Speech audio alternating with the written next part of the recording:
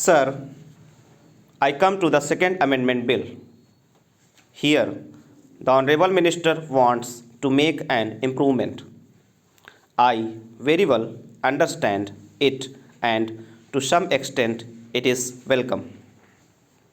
He wants to cover an employee who has interrupted service and that interruption in service being created as a result of his absence without leave from service. The amending bill proposes to include this interrupted period of service of such an employee within the meaning of continuing service for the purpose of payment of gratuity. This much I welcome. But I would like to point out to the Honorable Minister that regarding 240 working days, the ambiguity is still there, and the day may not be far off when the Supreme Court may interpret it in another way, and you may have to come with another amending bill before the House. So that ambiguity should have been cleared by you. You may have to come with another amending bill before the House. Here again, I beg to submit the Honorable Minister makes a provision which is entirely detrimental to the interests of the worker working in the factory or in some other establishment. Sir, I would like to draw the attention of Honorable Minister. Of course, he knows everything what is contained in the bill, that on page 2 of Payment of Gratuity Amending Bill 1984 it says not being absence in respect of which an order imposing a punishment or penalty or treating the absence as break in service has been passed in accordance with the standing orders, rules or regulation, etc. Here again, an unscrupulous employer, the number of whom is not small in our country, of course, may take advantage of this provision and for some reason or other, even in flimsy or false grounds, may impose a break in service of an employee every 4 years and thereby deprive the employee of his legitimate claim of gratuity. So this provision should not have been there, and I would submit to the Honorable Minister that the entire stipulations within bracket in this section 2A should be deleted for the workers working in factories if we want to do something better for the workers working in factories and some other establishments.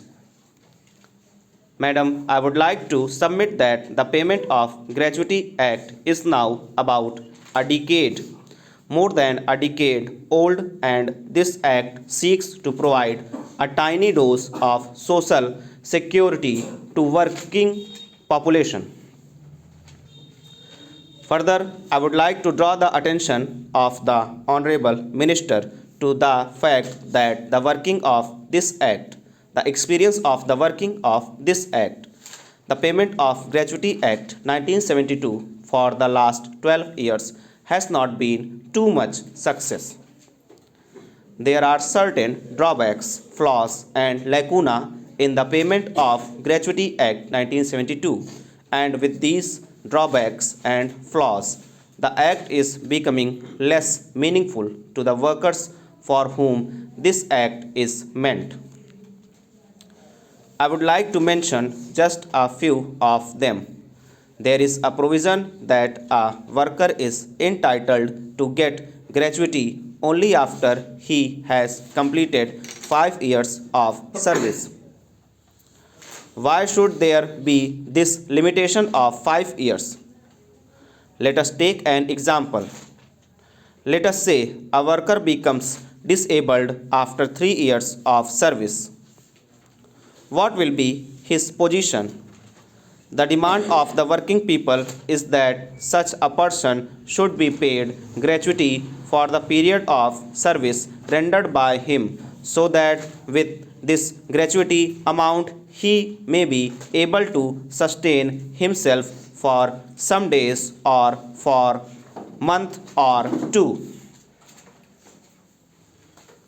You should, I submit, at best bring down this period of limitation to 1 year of service, because 1 year's duration of service is, I think, quite sufficient to assess or gauge the performance of a worker or employee working in a particular establishment.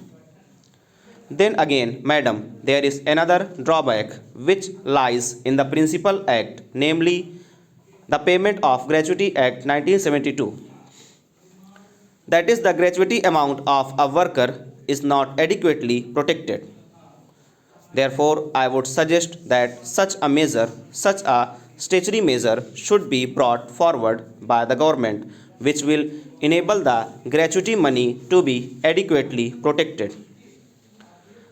There has been constant demand from different sections of the workers that a gratuity fund should be created like the Provident Fund, with this difference that in the gratuity fund only the employer will be required to deposit his portion of the money.